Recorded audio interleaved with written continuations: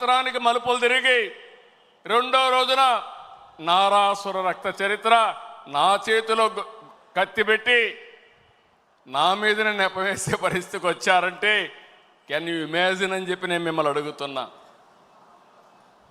అర్థమైందా మీకని అడుగుతున్నా. అర్థమై ఉంటే చేలు పైకెత్తమని చెప్తున్నా. అలాంటి కరుడు గట్టినటువంటి నేరస్తులతో రాజకీయం చేస్తున్నాం. అందుకే నిన్న ఒకటి జరిగితే వీరయ్య చౌదరి, సంతనూతలపాడు, పల్నాడు హత్యలు జరిగాయి. హత్యలు జరిగితే నాకు అనుమానం వచ్చింది.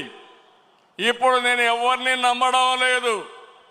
ప్రతి ఒక్క విషయాన్ని కూడా సందేహం పెట్టుకొని మనసులో వేరే విధంగా నేను ఆలోచించి ఎవరు చేశారని ఆలోచించే పరిస్థితికి వచ్చాను. చేస్తే కొంతమంది మన దగ్గరుండి వాళ్లకు కోవర్ట్లుగా పనిచేస్తూ వాళ్ళ ప్రోత్సాహంతో ఇష్టానుసారం హత్యా రాజకీయాలు చేస్తున్నారు.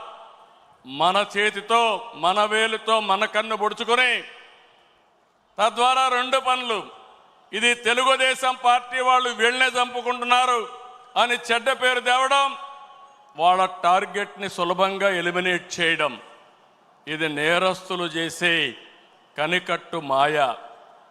అందుకే చెప్తున్నా, ఎవరైనా సరే మన కార్యకర్తలు కూడా ఇలాంటి తప్పుడు పనులు చేస్తే ఏ కార్యకర్తను కూడా నేను ఉపేక్షించనని మరొక్కసారి మీ అందరికీ విజ్ఞప్తి చేస్తున్నా.